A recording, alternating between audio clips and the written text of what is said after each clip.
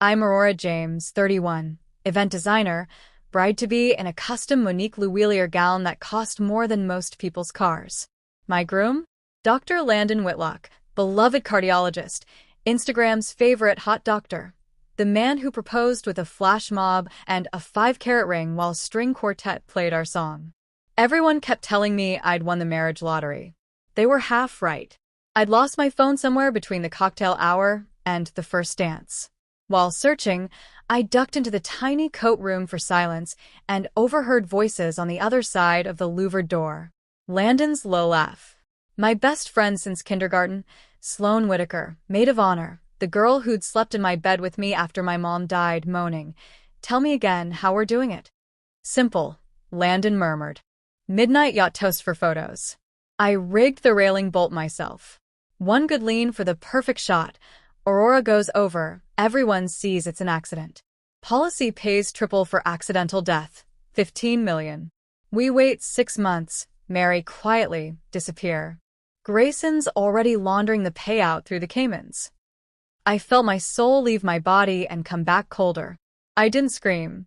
I hit record on my phone, slipped out the side exit, and walked straight into the bridal suite like nothing happened.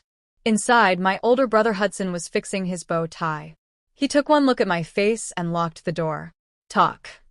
I played the video. I expected explosion. Instead, Hudson's eyes glittered like he'd waited his whole life for this moment. "Perfect," he said. "We're upgrading the fireworks show." Turns out Hudson had suspected Landon for months. Sudden life insurance policy, offshore accounts in Sloane's mother's maiden name, late night, hospital consults that never appeared on his on-call schedule. He'd hired a forensic accountant, but needed them caught red-handed. Tonight was the trap. Hudson had swapped the real champagne for a batch laced with a fast-acting, harmless paralytic used in surgery, enough to drop both targets in under 60 seconds, not enough to kill. The yacht was actually Charleston PD's Marine unit in plain clothes. The photographer on the bow. Undercover detective with a body cam. All I had to do was keep smiling for 4 more hours. I did. I danced with Landon while he whispered how beautiful I looked. I let Sloane adjust my veil and tell me I was the luckiest woman alive. I even laughed when they toasted to forever in front of everyone. At 11:57 p.m. the party moved to the dock for the surprise midnight yacht send-off. Guests lined the rails with sparklers. Landon steered us into the harbor, arm around my waist like the perfect groom. Sloane handed me a fresh flute. "One last toast, bestie." I clinked glasses, pretended to sip, and counted down in my head. 10, 9, 8. Their eyes glazed. Knees buckled. Landon's champagne flute shattered on the teak deck. Guests screamed. I dropped to my knees beside them. Oscar-worthy hysterics. While Hudson's voice boomed over the Marine radio, every cop in the state was monitoring. "Officers, we have 2 unconscious suspects confessing to attempted murder on an open channel. Please come aboard." Handcuffs clicked. Body cams rolled.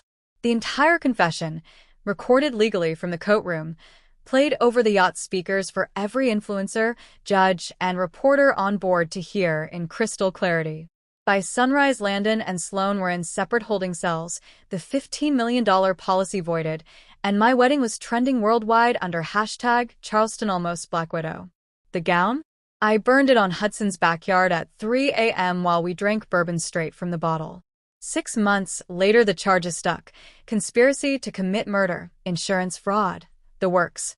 Landon's medical license revoked. Sloane's socialite family, radio silent.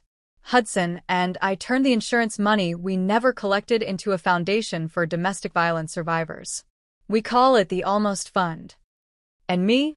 I kept the ring, sold it, bought a cute beach cottage on Sullivan's Island, and started designing weddings again. Only now every contract has a very specific clause about attempted murder voiding deposits. Last week a new client asked if I believe in karma. I smiled, handed her a pen, and said, "Sweetheart, I don't believe in karma. I believe in receipts." Drop a anchor if you've ever turned a death plot into someone's life sentence while wearing Vera Wang and 0 regrets.